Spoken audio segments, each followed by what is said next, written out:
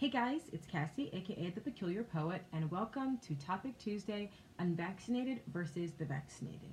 So here we are, 2019, in the age of information, everything we could possibly want to know available to us right at our fingertips, but it seems like ignorance is at an all-time high.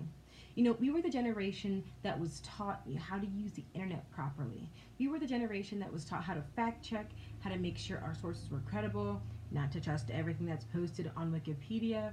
But we were also the generation that's been taught to question everything, which, while I personally think is amazing, as we can see, has had a lot of ups and downs. So, segueing into our topic today, the unvaccinated versus the vaccinated. But before I get started, I want to give a little brief explanation of how vaccines work.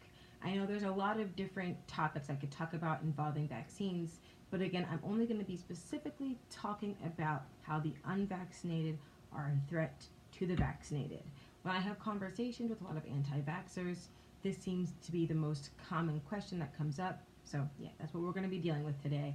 But just a heads up, there will be a lot more videos dealing with this topic. Now, how do vaccines work? So when you get a vaccination, deactivated or dead particle of a virus or bacteria is put into a solution and injected in your body. I want to reiterate, it is not active. It is not able to make you sick. Now, when this enters your body, it is called an antigen, or a foreign substance that elicits an immune response. So once this antigen enters your body, your immune system goes to work.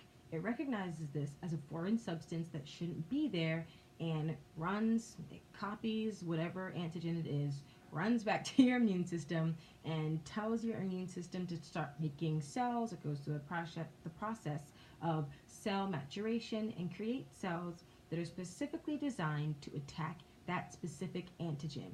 And that's what we know as antibodies. So the next time your body comes in contact with this specific antigen, it doesn't have to go through that whole process of figuring out what it is, creating all these cells for the first time. It can just automatically start creating these specific antibodies. Now, how does that make the unvaccinated a threat to the vaccinated? Well, when we get a vaccine, like I said, it makes it so your immune system responds quicker. Now, unlike human beings, viruses and bacteria, they go through generations a lot quicker. It doesn't take 60 years to go through 3 generations. It can take minutes, especially for viruses like the flu. So when these antigens, these flu viruses enter our body, it is crucial that we are able to destroy them as quickly as possible, so it doesn't have the chance to mutate. Now, when a virus mutates, it makes it so the medications we've created to help defeat these viruses and bacteria becomes ineffective. That's how we now have bacteria or antibiotic resistant bacteria, and we have strains of the flu that we don't have vaccines for. So let's say you have an unvaccinated individual. They get the flu. Now, they get the flu, and it's the strain of the flu that everybody else has. It's the strain of the flu that people who are vaccinated are also getting.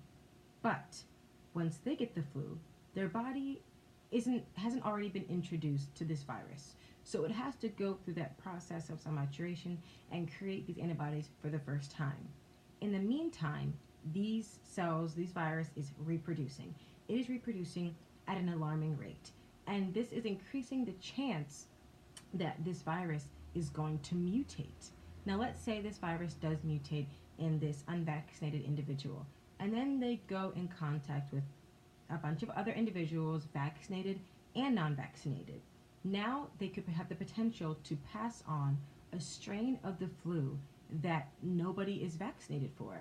And on top of that, because they are not vaccinated, they're going to be sicker potentially for a longer time, which increases the likelihood that they're going to be able to come in contact with more people and get more people sick.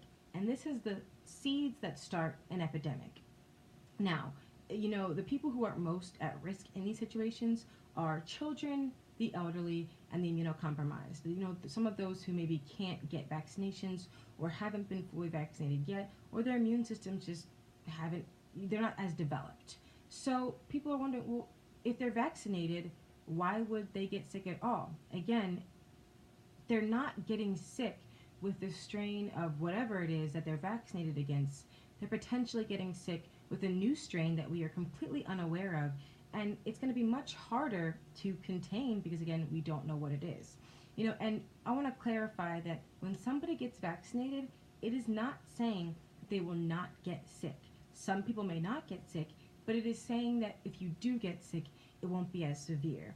100 years ago, the flu was deadly. Not even just 100 years ago, 50 years ago, the flu was deadly. Nowadays, when you get the flu, if you are a relatively healthy person, it's not an automatic death sentence.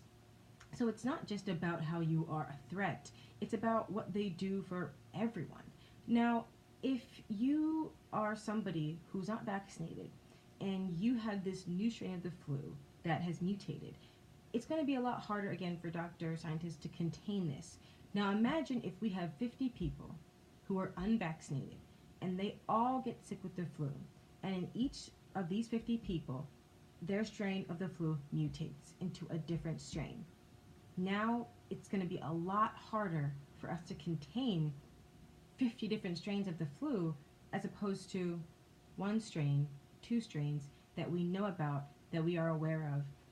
And also, it's going to increase the likelihood of spreading these new strains of the flu because these individuals will most likely be sicker for a longer amount of time.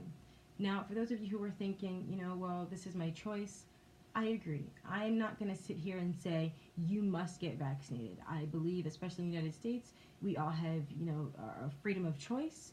We have bodily autonomy. Especially as a woman, I understand how important it is to have bodily autonomy. I just want to make sure you are aware that the choices you are making are potentially putting millions of others at risk. Now, going back to us being in this age of information, us being taught to question everything, and how that's created a lot of ups and downs, well, when it comes to questioning everything, there has to be some goal. We're not supposed to just be questioning for the sake of questioning to make our world a little bit better, questioning to find an answer.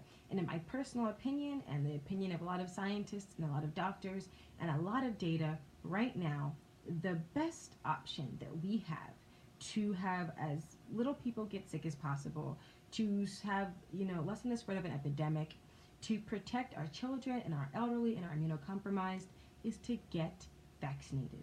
At the end of the day, it's your decision. And this video isn't going to be dealing with the risks that are involved with vaccinations. I understand that they're not perfect. Yes, some people are going to have adverse reactions. Some people are going to get sick. And some people, it's going to affect them for the rest of their lives. But the pros definitely outweigh the cons. Nothing is perfect. And scientists and doctors, they keep questioning, they keep searching, and they keep trying to find even better solutions so that maybe potentially nobody gets hurt. But I have to say, I don't think that's very realistic. There's very few things in this world that everyone's body is going to react well to. Some people are allergic to peanut butter. Some people are allergic to water. It's just, right now, this is the best possible solution that we have to protect everyone. And I hope with this information, you make the right choice. But at the end of the day, I just hope you're safe. Happy Tuesday.